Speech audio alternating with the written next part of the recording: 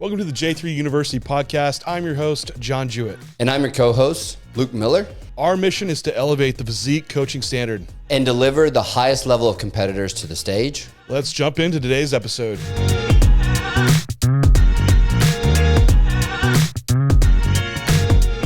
Your posing is last call out. I know. We figure we're going to get on stage. We should at least practice posing. And that's why we have today Daniel Coffeen.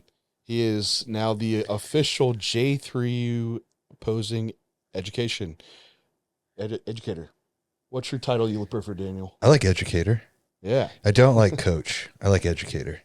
Yeah, we got to lift Daniel up above posing coach. We've got more intellect coming out of that human than posing coach. Yeah, we had every aspect in J3U of covered with nutrition and training and PDs and everything. It's where's the gap? It's oh yeah, you get on stage, you have to pose as well. It's so many people miss the mark on posing, and just you can have a great physique, be conditioned, have all the right pieces put together, but if you don't display them right, it can all go to crap and you can look way smaller than what you need to. So Daniel has extremely great knack at biomechanics and giving right cueing and putting people in proper positions to actually nail these poses. So we wanted him on and announce him as our new lead educator in posing and pick his brain on what we can do to improve our posing for getting on stage. And Daniel, how's it going, man? It's going well. Thank you guys for having me. Thanks for having me, Luke. Yeah, of course. I've always felt very close to the J3U family, but now I feel like I just got adopted. It feels good.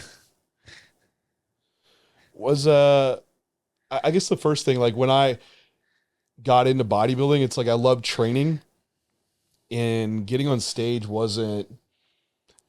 It what led there to having some type of outcome, right? So, would you say posing always came naturally to you? No. Not to most of us, right? No, not even a little bit. And it's funny too. I think the genesis of how people become bodybuilders, I think those who see the stage and get excited by the stage, I think those people are actually in the minority. I think the majority of us are people that just love training. And at least for me, someone told me that I should compete in bodybuilding. And I was just oh, okay, what is this about? And I didn't even really pay attention too much to the whole stage stuff until I was 4 weeks out, and I was oh, wait, I have this great physique, right? Or what I thought was great at that point in time. But I forgot that there was this whole performance that takes place on the show day. And so I neglected that. And so when I first started posing, did it come natural? No, I was the guy who looked all stiff as a board and was white knuckling poses and trying to, thinking that the harder I squeezed, the better I looked. And that just wasn't the case.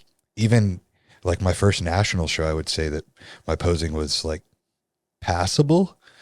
I wouldn't say that it was even a average or above average at that. So it's something I've certainly had to work at. And it's something that I've had to refine over time, and I'm still learning. And Dan, your background before bodybuilding, so everyone knows, high level military, Army Ranger, badass. So you feel that militant type of how you go through things would carry into posing, and it wasn't as artistic or influent? Yeah, I don't know how much carryover there is from jumping out of planes to dancing on stage in your underwear, but I mean, it could be close. Sequences and orders of operations have always made sense to me. And I think when it comes to posing, really when it comes to bodybuilding in general, probably until before J3U came around, a lot of this stuff was very subjective. There wasn't a whole lot of objective data that could be collected. And so, your old school posing coaches would just kind of put you in positions and say this is it. This is what looks best for you. Well, that's a totally subjective thing for that person. Where what I liked is being able to have a sequence of events, order of operations to be able to build a pose and do it. Do I think that I learned that in the Army? Maybe, but I think it's really just more of my bias of being like a left-brained person, very analytical. Lists and steps make sense to me, and I know I'm not the only person like that. And so I think if we can like break things down into their component parts, we can make complex things more simple.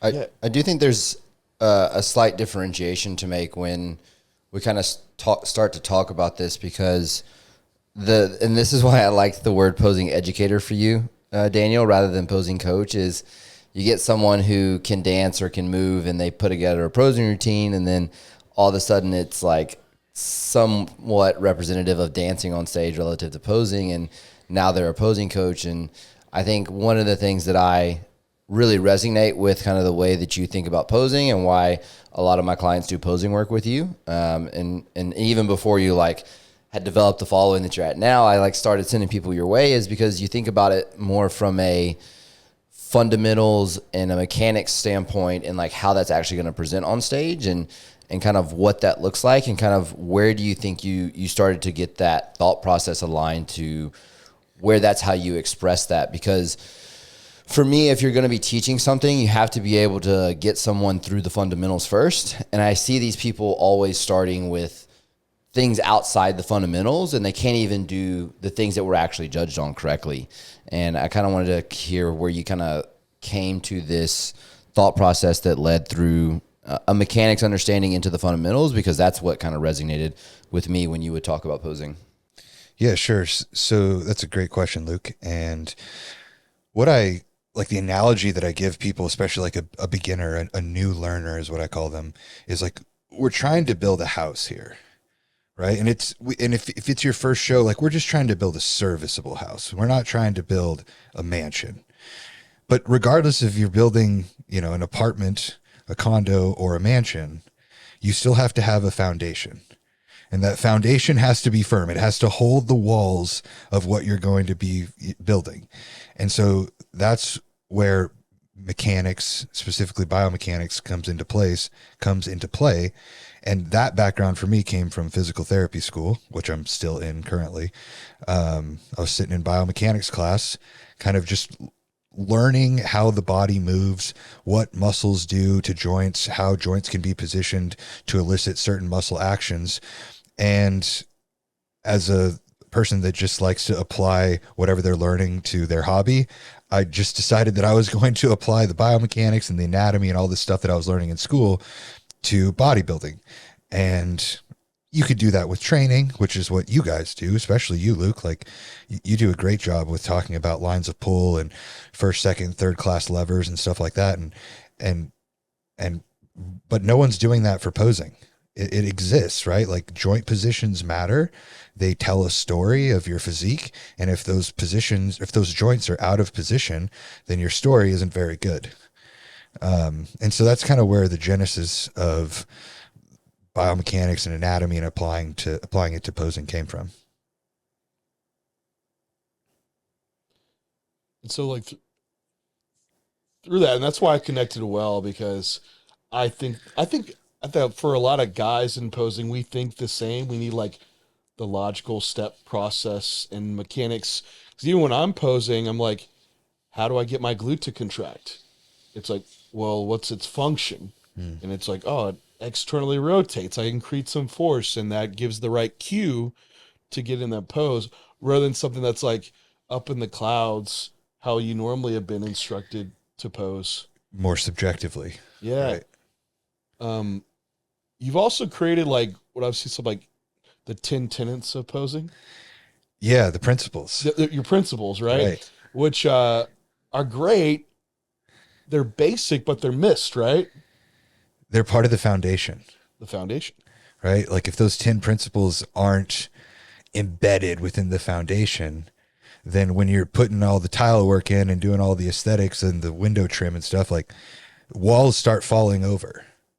Right. And then all of a sudden, that's why you see professionals who still hit poses incorrect, because their genetics and their hard work has gotten them to a professional level.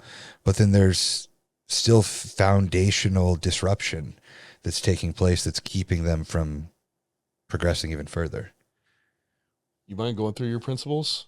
I think they're solid. It's the ones that we need to hit because people miss them on stage big time. Sure.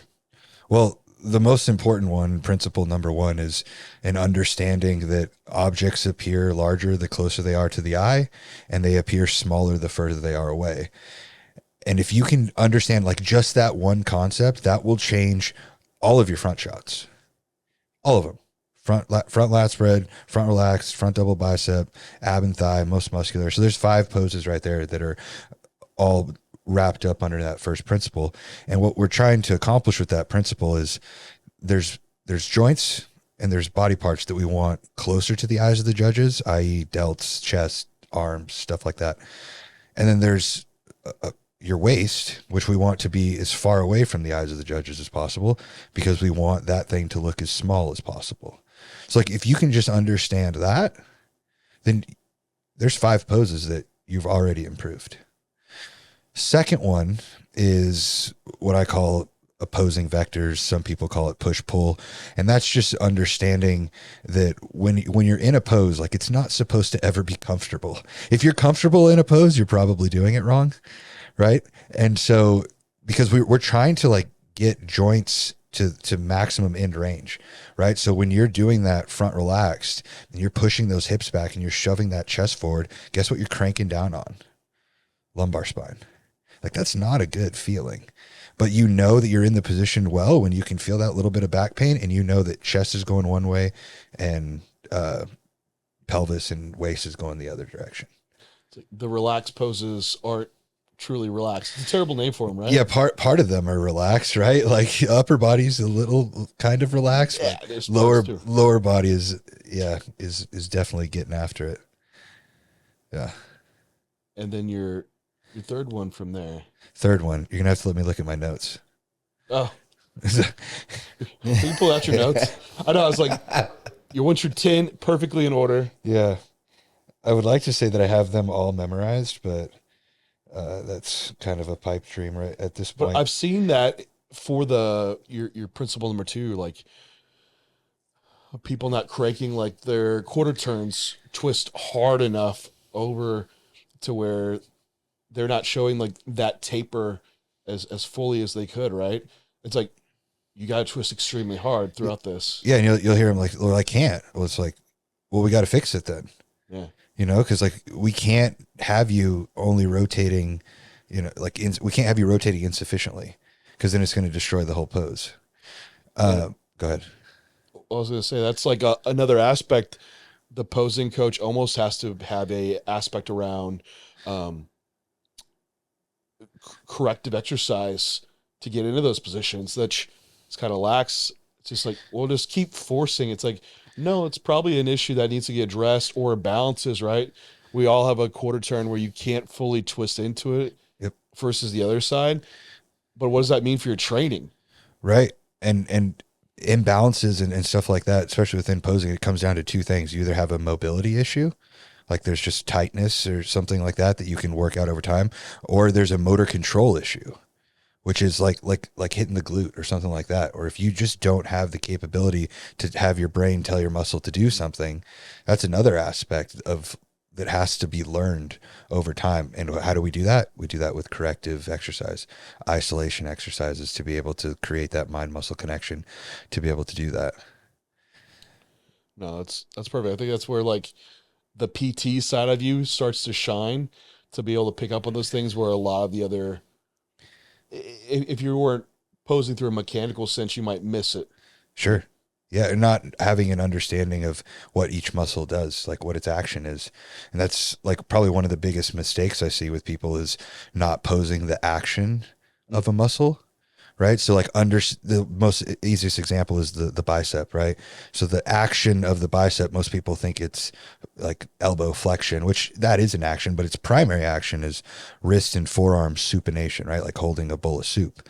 And so how do we pose that action? Well, if you think about a front double bicep, when you curl your wrist up, right, you need to be fully supinated. We talked about this in the gym. I think that's kind of where the genesis of that came, is you have to be fully supinated, meaning fingers need to be facing your ears. But how many guys on Bodybuilders Without Borders do you see with wedding rings, right? Like both hands with their knuckles pointed at the camera. And it's just like, oh man, you got to the 1 yard line and you fumbled. Everything else looks great. And all you need to do is just turn those fingers toward your ears. But they don't understand what the action of that muscle is, or their coach doesn't. And it's kind of selling them short. And it's a lot of times too, I'll see the weak body part that also lacks the functional display in their posing. Like they have weak arms and they just don't fully supinate, or they lack some ability to get there. Sure. And they also lack just bicep development in general. So a weak because they're body probably doing part, their curls like that. Right. So a weak body part becomes a weaker body part. Double whammy. Because they Double, yeah. So the third principle is kind of talking about motor control stuff. Is the pelvis is the linchpin, meaning like everything in posing. You know, most people say it starts from the ground, and it does when you get into a pose. But the most important aspect of a pose is where the pelvis is positioned. Right. And we talked about it a little bit in principle 1 about having it backwards or having it pushed backward. But think about like a side relaxed, right? If you have an anterior pelvic tilt and your side relaxed, well, that's going to make it nearly impossible to activate that glute, because you have now lengthened the glute fibers, right? Instead of shortened them. Whereas you want that posterior pelvic tilt in the side relaxed so that you can have those nice, glute lines. And it's going to limit rotation, right? That anterior pelvic tilt and that inability to disassociate pelvis to rib cage is also going to kind of lead to them not being able to turn into one side well. Right. And so that can be a mobility issue, right? Like if you are in an anterior pelvic tilt all the time, that's just kind of your baseline. Might be a difficult shot for you to hit. Could also be a motor control issue, right? Like if you just lack the awareness of how to tilt your pelvis, then that could be an issue as well. Do you usually teach posing from, like a lot of people say, teach it from the ground up, or is it from the hip out? How do you set it up? Can you give me an example of a pose? Let's say, let's start with the front relaxed. Front right? relaxed. Like, do you start with foot width and position, and then that gets into knee bend and then hip? Or is it like the hip's a linchpin, so that's most important and you work out? How do you... So it's steps. Like I talked about earlier, sequence. Every pose has a sequence. And so for a front shot, the sequence is exactly the same. So you put your feet at a 45-degree angle, you shift your body weight to your pinky toe sides of your feet and try to over-exaggerate your arches, right? That's going to put you in a really good foot position to be able to do the next cue, which is to rip the floor apart. And what that's doing is that's eliciting hip external rotation through a closed chain movement because both your feet are on the floor. And then that third step is going to be the position of the pelvis. Why I say that the pelvis is the linchpin is because it's the thing that can make or break a pose, right? If in that front relax or that front double bicep, if your pelvis isn't going backwards and it's going forwards, like welcome to having a super wide waist on stage, right? Like just that one movement and that one, couple inches of movement can turn a really good pose into not a flattering pose at all. Well, it also changes how everything looks from up to down, right? So like you might lengthen out the quads, pushing the hips forward.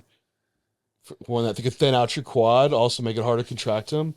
Or if they're too interiorly tilted, you lengthen out the abs, makes you look kind of pregnant on stage, but also fully lengthened, you're not able to contract them, so you lose detail. Yep. So spreading out from the hip, you could lose detail if they're not positioned right. Correct. But in a sequencing and cueing, you still cue from the ground up. Still cue, cue from the ground up. That's just where you're strongest. That's where you're creating force from. So you have to start there. The fourth principle, it's kind of similar with the side relaxed. It's a good example. Is keeping your rib cage, especially in side shots, over the pelvis. Right. So it kind of changes a little bit. In front shots, we want it we want the rib cage away from the pelvis. Side shots, we want the rib cage over the top of the pelvis because we want to make sure that we still have that like natural verticality in our through the sagittal plane.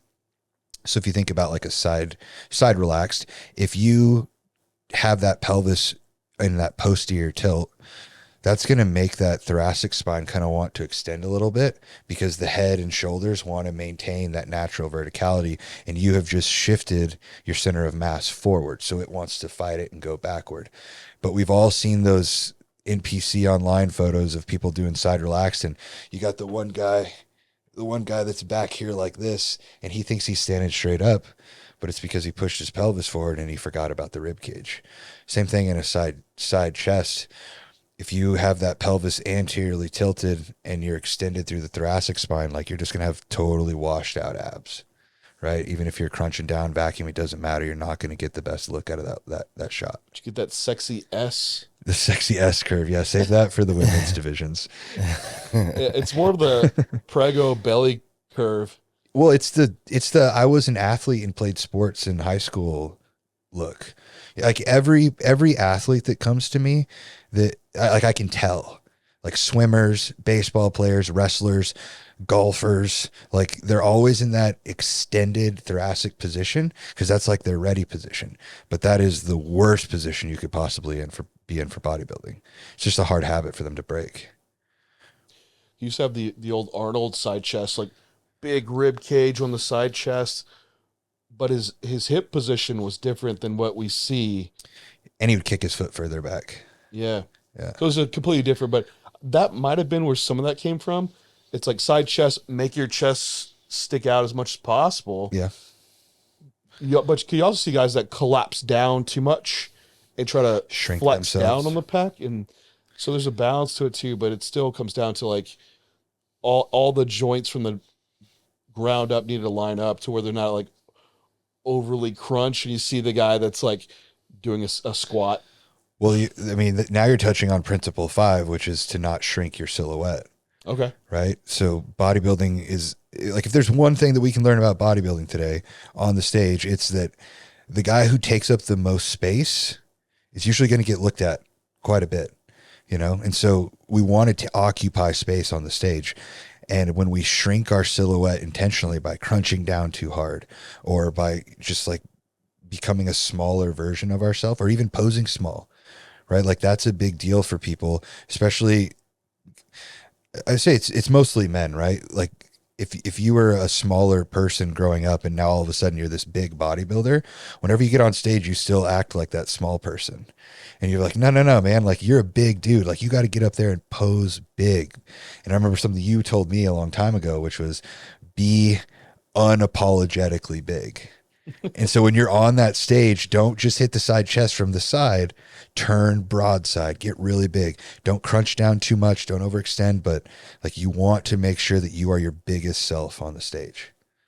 Crunching down kind of distorts that.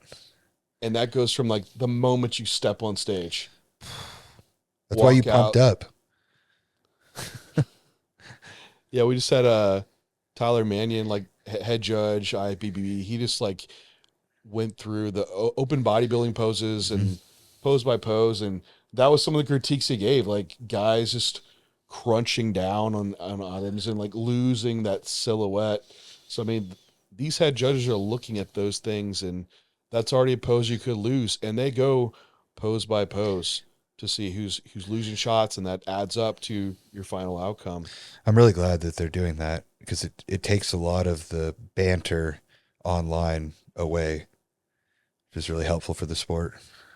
It also, I think, is going to help coaches be objective with where their athletes are at and how they present themselves on stage as well, especially in shots like ab and thigh, where you see guys pull a vacuum and never like pull it back down. Mm-hmm. It's like you're taking out half the pose and potentially losing that pose because of it. Well, an interesting one that Tyler brought up is that he said he wants to see a traditional side try, like the kicking the leg out and the twisting the torso. It's like that's not what they want to see, and so many guys hit it that way. I wouldn't have known because I transitioned to that. Right, because it seems like a more aesthetic, professional thing to do, right? Like you're showing off your versatility by rotating and hitting that quad, when that's not what they want to see. Like we've imposed that. I know it's not just a tricep pose. we happen to call it a side try, but you still need I guess guys shift for one. It's really hard to hold the pose. So doing that twist, it's easier position to hold anytime you're transitioning.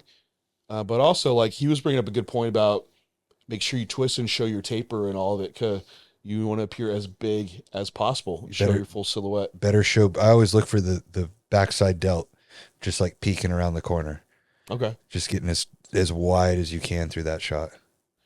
The picture that comes to mind is that side tricep picture of Andrew, right? Where he's got the leg forward. Yeah. Like, if you want to see what big silhouette looks like, look at that photo. Yeah.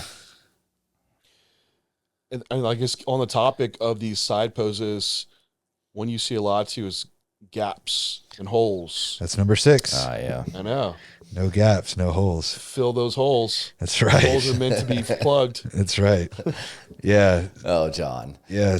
Especially in the side chest is really the biggest culprit, right? If you can see the back drop in between your arms and your torso when you get your stage shots back, like, you missed the mark. Those forearms need to be glued to your torso.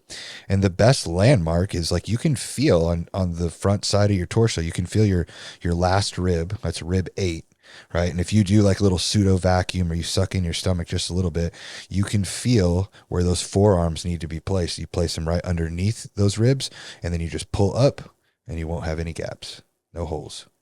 How do you feel about thigh gap? Abolish it. Yeah. War against thigh gap. You say thigh gaps are so 2008.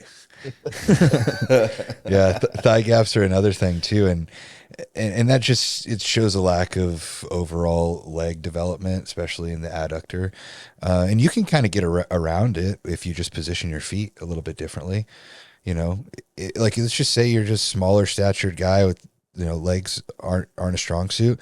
If you can get those feet out to like greater than 45 degrees, maybe get a little thigh rub there, like, that's going to help you. So would you give up some of that X frame silhouette to fill in a thigh gap? I don't know. Or maybe sometimes. Because, some guys like kick a leg out too. Sure. So I guess when someone's saying like, yeah, my legs really suck, if I close like the thigh gap, like I look like like an A or a Y statue, right? Upside down triangle. Yeah. Yeah. Yeah. I think it's different for every single person. That's what makes this so cool, is that no one person is the same, and we can have sequences and joint angles that tell us the perfect way to get into a pose. But at the end of the day, like, everyone's body type is totally different, but I try my hardest to make sure that there is no thigh gap. Yeah. Yeah. No thigh gaps allowed. It's just balancing, like finding the balance between the two. Yeah. Like, you might have some gap at a lot of way, all the way down to the knee, but at least you minimize what you can. And we just look at the whole pose, right? Like, if the pose is a 9 out of 10 with a thigh gap, like, I'll take that. It's an 8 out of 10 without the thigh gap, I'll take the thigh gap. Then get to your adductor machine in the off season. That's right. Noted. All the good girls. Yeah. You'll also see this a lot from people not knowing how, because and like front poses, there won't be much of a thigh gap, and then they turn around to the back and they're just not positioning it well for the adductors to stay out, because they're so concentrated on trying to show like a glute striation or a hamstring striation that, like, the adductors just get sucked up. And so you have this like massive thigh gap. So sometimes it's even just a teaching thing, which is, this is kind of like the big thing for me, when like everything that you kind of preach with the principles and everything is being able to fix problems when they present themselves, like people not being able to get positions from a functional viewpoint, but also learning to translate that thought process of how it can change front to back or however that may be when they're seeing shots. It's like, I have adductors, but like, where are they when I turn around to the rear? Well, I think what you're talking about too, Luke, is maybe not specifically like an awareness of where are they, but sometimes people just pose too hard. Yeah. Right? Like, sometimes we think that, and I talked about it a little bit earlier, but if I squeeze a muscle as hard as I can, it will look better, right? Just like, no, like rarely is that the case. Maybe like with your abs, like maybe that's one where you really crunch down on those things start to look pretty good.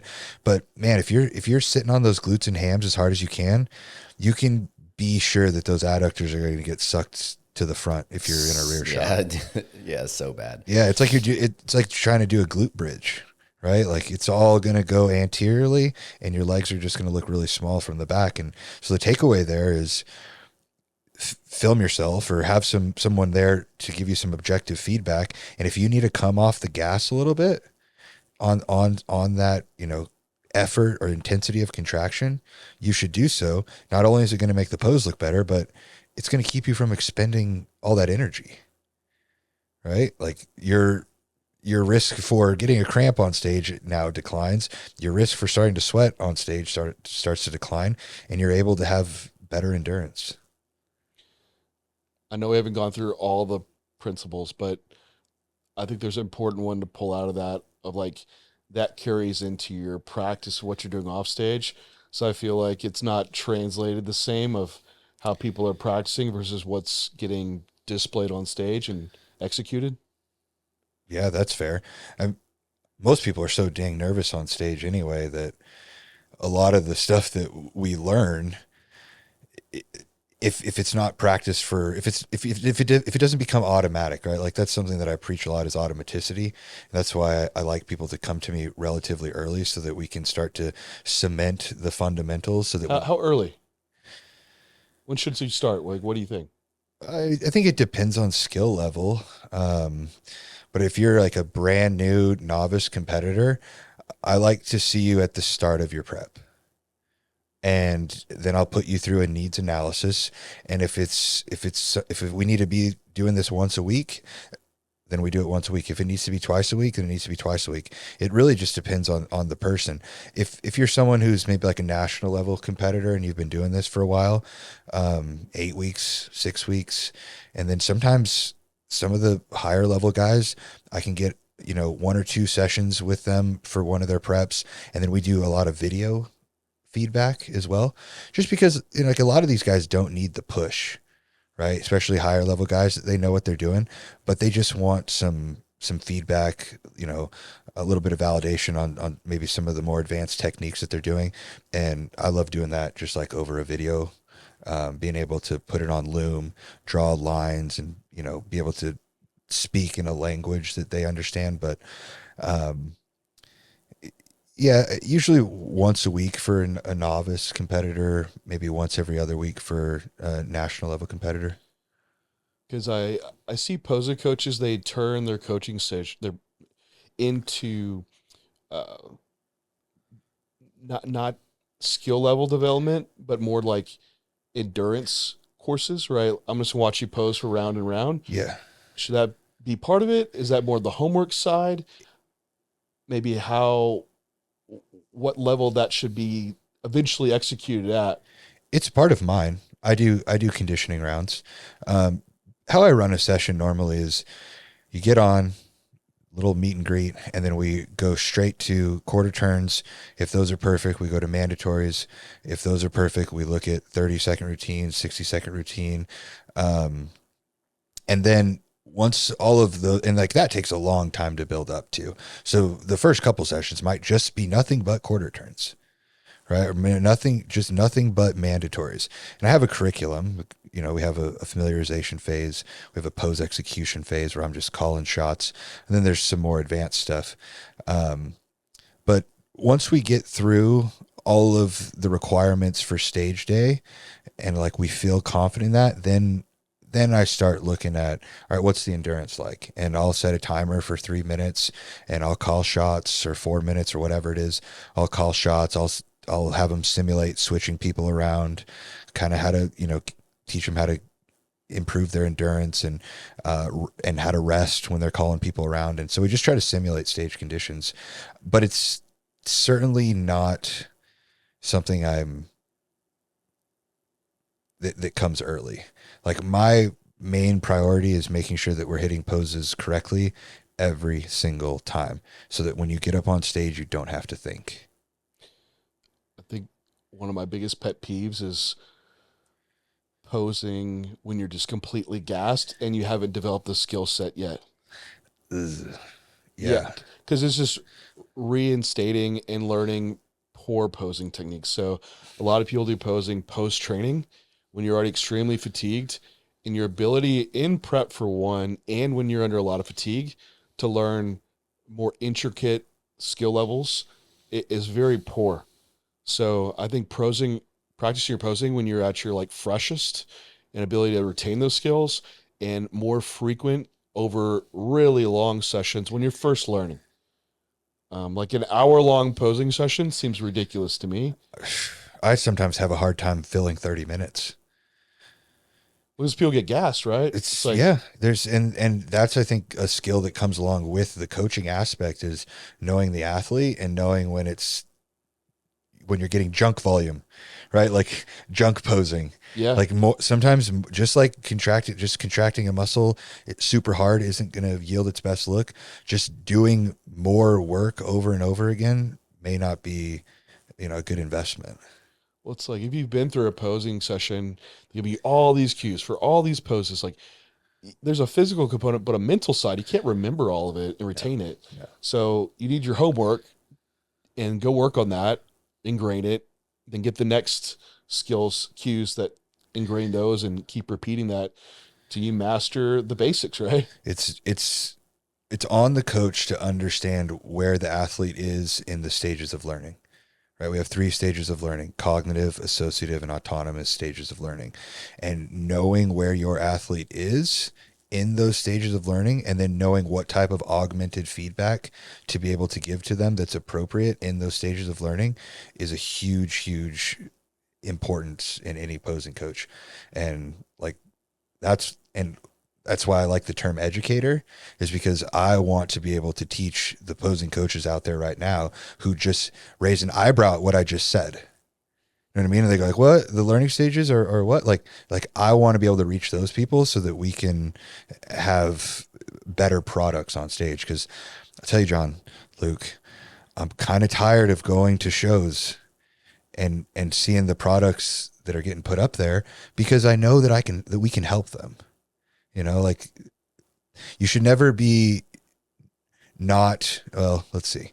You should never not want to post your stage photos. We've talked about that. Like you want to be proud of those stage photos. You're going to pay a lot for them. So you want to make sure that your posing's good. Yeah. I have to say, I've had my own posings pics where I'm like, God, you didn't nail it, Oh, I've never posted a single photo from Universe. It's no way. Like I think about that all the time. Whereas, like I said, it was passable, but I don't want any part of my bodybuilding to be labeled as passable. I hate to interject, but I want to pull something out that Daniel said real quick, because the cognitive, associative, autonomous like levels of learning is something that is really important to me when I'm writing training programs and bringing people through the progression/regression patterns of wherever they're at. And I kind of want to talk about the mirror, because the mirror is something that's demonized by some, not demonized by another, depending on who you talk to, and kind of where that fits within that learning process. Because, people will use video feedback in order to kind of help them with their posing. But a lot of times they're really hesitant to use the mirror when it's such a crucial thing, especially in early learning phases, to get someone to where they need to be, because most people's feel versus real is really skewed. And I really just wanted to kind of get your takes on that, because I see the mirror as a integral tool as we're taking someone through cognitive into associative before we're getting into autonomous, to be able to take someone into actually being able to present that on stage where they're not going to have any feedback. Yeah.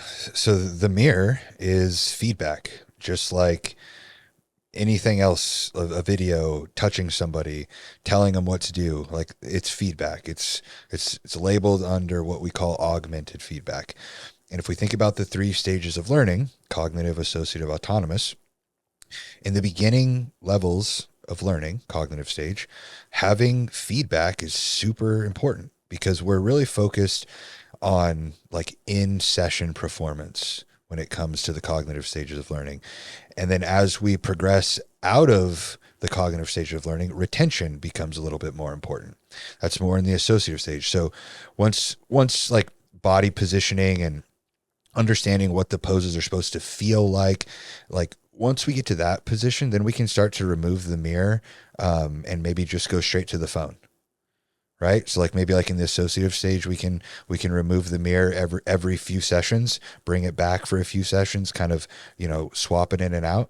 But by the time you get to the autonomous stage, I think if we were to label this as like a bodybuilding prep, we can say like cognitive stage is going to be 16 to 10 weeks out, associative stage 10 to 3 weeks out, and then autonomous stage the last 3 weeks of your prep, maybe last 4 weeks of your prep.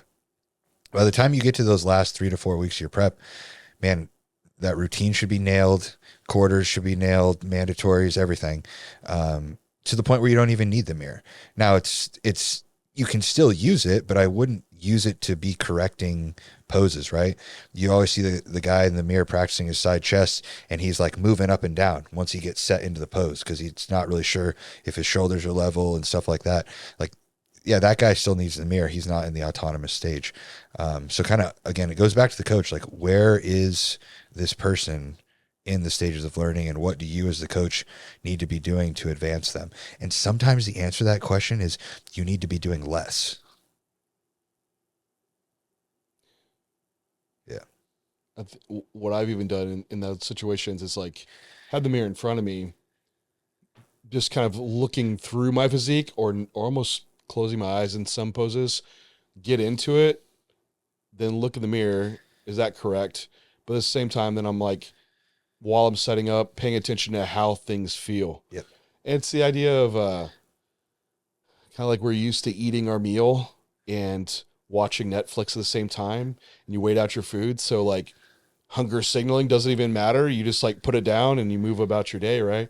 So in posing, like you can have it all set right and not paying attention up to actually the subjective of how you feel in those poses. Like when I know, like for myself, like a most muscular, I have to feel a bit more like forward tension in my left delt because there's an imbalance there. And when I feel that, I'm actually even. But if I set it up without feeling that, it would actually feel even, but it's not. So like if you're losing the idea of like the internal feel of poses, it's going to be really harder without the mirror to set some of that up. So that is the integral part of learning along the way. Yeah, I think the best way to think about it is like a scale, right? If you're a beginner and you've never done any posing before, you are consciously incompetent. And the goal is to get all the way to the point to where you're unconsciously competent, right? So you don't know what you're doing, you don't know what you know, to where you don't even have to think about it. Yeah. And I saw some reel, I don't know, a while ago where the guy said that beginners practice until they can't get it wrong, and professionals practice, or what, did I screw it up? I screwed it up. Help me, Luke. What is it? Amateurs practice until they get it right. Professionals practice until they can't get it wrong. Talked about cognitive processing, not having any. What are you? I know we sidetracked, but do you want to hit the other principles? Yeah. I think we're on. So we covered no gaps. Number 7, not to cover muscle, right? An easy one to talk about here is, again, a side relax, to where like you spend 20 weeks getting shredded glutes and then you cover it with your backhand. Your hand is that backhand. Oh man, God. That backhand haunts a lot of people. Same thing too, like a single arm overhead ab and thigh. Okay. Right. And you hook that bottom arm into like a most muscular, but if that hand drifts over your abdomen, well then now you're hiding your abdomen. So there's that one. That's a one that people make a mistake of. Number 8, making the primary muscle the star of the show. That's one that I talk a lot about, which is most notable. The mistake gets made in either the front or the rear double bicep, where you can tell like their arms aren't high enough because their bicep peak is below the level of their delt. And it just looks like a really awkward pose. So we want to make sure in a front double bicep that bicep is at the highest point, right? It highlights it, right? You always are going to look up to the highest point. It's not a delt pose, it's a bicep pose. Number 9 is a simple one that gets overlooked. And it's wild that it happens even in the professional ranks, is just like the bodybuilding courtesy of hiding your thumb, right? That like hiding of the thumb, it's like, it separates the guy who knows what he's doing from the guy that has no clue, right? It's just like a courtesy thing for people to do. It also has like some implications, right? Like you're reducing the size of your hand. When you reduce the size of a body part, the body part adjacent to it looks a little bit bigger, but we're kind of splitting hairs at that point. Really, this is more of just a courtesy. And then the final one is just, and it probably should be higher, but these aren't in any specific order, but breath work, right? Oh my gosh. Breathing. Yeah, Oh you my want goodness. to talk about I literally rotate? Like just- we talked about insufficient rotation. You might Yeah, not have breathing. a motor control or a mobility issue. You just might have too much air in your gut. Yep. You know, Classic belly breathing 101. yeah. And so understanding when to breathe in poses, when not to breathe in poses, how to breathe in poses. There's different ways to breathe in all the different poses. We could get into all of those. That's kind of like what the course is for, though, that's coming out. But yeah, there's all kinds of stuff that breathing can really help improve with posing. You know, you see the guys up there sweating and panting and breathing through their gut, and you kind of ask yourself, like, what went wrong? You know, like, was it just neglected, or, you know, did you come out there and pose too hard? Like, what was the deal? But a lot of this stuff comes down to breathing and then being as calm as you can on stage. I think some of that too is just complete ignorance. And it goes all the way to the pro level, right? Like every moment you're on stage, you're being watched. And like when I did this last show in Atlanta, like the moment you walk out, you're controlling your abs. And it's almost like squeeze it as small as possible. And you have to learn to breathe through all that. And also when you might be able to let up just a bit to breathe more. But no one covers that. Like No. I've done posing work with posing coaches. They get you in the right poses, but no one says like, what do you do on the sidelines? Or what do you do when like you're supposed to hold your front relaxed the entire time when they're moving guys around? It's Yep. stuff that no one talks about, and you don't give the instruction. So you get out there, you're like, oh no, I thought I could just hold this for that long, and I'm gassed now. Yeah. And I think there's a lesson to be learned. The guys who compete in men's physique, like, they deal with it more than anything. It's incredible to watch those guys stand there in those front shots and just hold those abs for as long as they do. So there's lessons to be learned. Breathing, super important. Yeah, if you have killer waist control, you could put some guys down next to you that are losing it. Even if they're bigger. Yeah, no problem. So, Danny, you mentioned a course. Should we announce the course? Yeah, of course we should. I mean, I've been pretty vocal about it on the internet, but Yeah. Some people know what's coming. it's no big secret. But yeah, J3U posing course is coming out September 18th. There'll be a pre-launch. Emails are going out right now. But it's going to be all things posing. John was the model for the majority of it. So you'll have a really, really good model to be able to. Give me 1 second. Wow. Be able to learn from. Yeah, that you'll be able to learn from.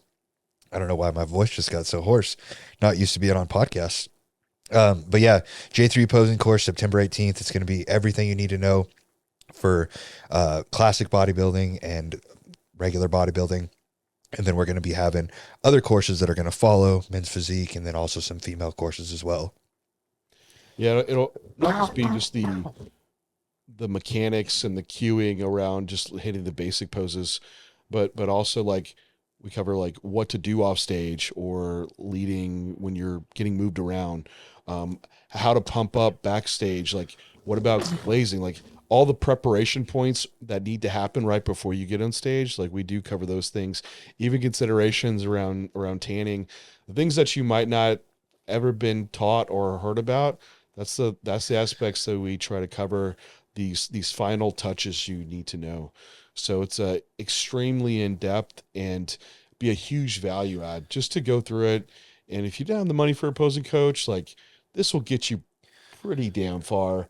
But then you can level up and get a J3U posing coach potentially. So Yeah, that's right. Thanks for taking over for me there. Had a little coughing fit. Yeah, the courses I'm really excited about. There's nothing like it. There's nothing like it, and it's only going to improve as J3U grows, and just it's going to be really neat. You guys are going to want to be a part of it. anything else to add, Luke, that you want to mention? No, I just for people watching, if like some of the intellectual like conversation around posing, I know for some people it can be a turn off because it's like their personal presentation of, you know, the work that they've put in and that kind of stuff. Just understand that it's all coming from a place of making you the best athlete that you can possibly be. And we take it to that depth so that you don't have to, and we can make it a way that you can present it on stage. And we just want your hard work to be presented in a way that is, you know, representative of the, not only the, maybe the 20, 22, 24 weeks that you prep, but however many years you've been bodybuilding. And I think that's where I just highly, highly value Daniel's expertise and the way that he voices it in regards to teaching posing, that I just think you'd be so dumb to miss out on this opportunity to get into the course and learn these things, because it's invaluable, and it will save you the headache of regretting that you ruined a 24-week prep on that one day. Yeah, and just to second that, what Luke said, I mean, I know we can speak at a pretty high level, even on the other J3 materials, right? Like whatever it is, health, PDs, etc. And you're like, man, am I gonna? Because people ask, like, is this going to be over my head? Do I need like a prereq course before I come in J3U? And what we really try to do is find that balance between the technicalities you do need to know, but also giving you the direct, like, I don't even say like layman's terms around it, but you'll easily translate it to what you know what to do, and don't feel like you'll be talked over in any way. And even then, like, you'll be part of the forums where you can ask us questions. You could post up posing photos and we can actually critique them for you too. So there'll be a ton of support from all of us in J3U to help you. So don't feel like the course will ever be overwhelming. We have it very digestible for you. But yeah, anyway, Daniel, the forum will be a good resource too. I've already been absolutely on there. Well, Daniel, thank you so much for coming on, man. Yeah, thank you guys for having me. I really appreciate it. Sorry, I kind of fell apart there at the end, but I don't know if I swallowed a fly or what. But yeah, thank you for having me on. It's a great podcast, and really looking forward to all things posing with J3U. Well, thanks everybody for tuning in. Any comments, questions, leave them below, and we'll talk to you next time.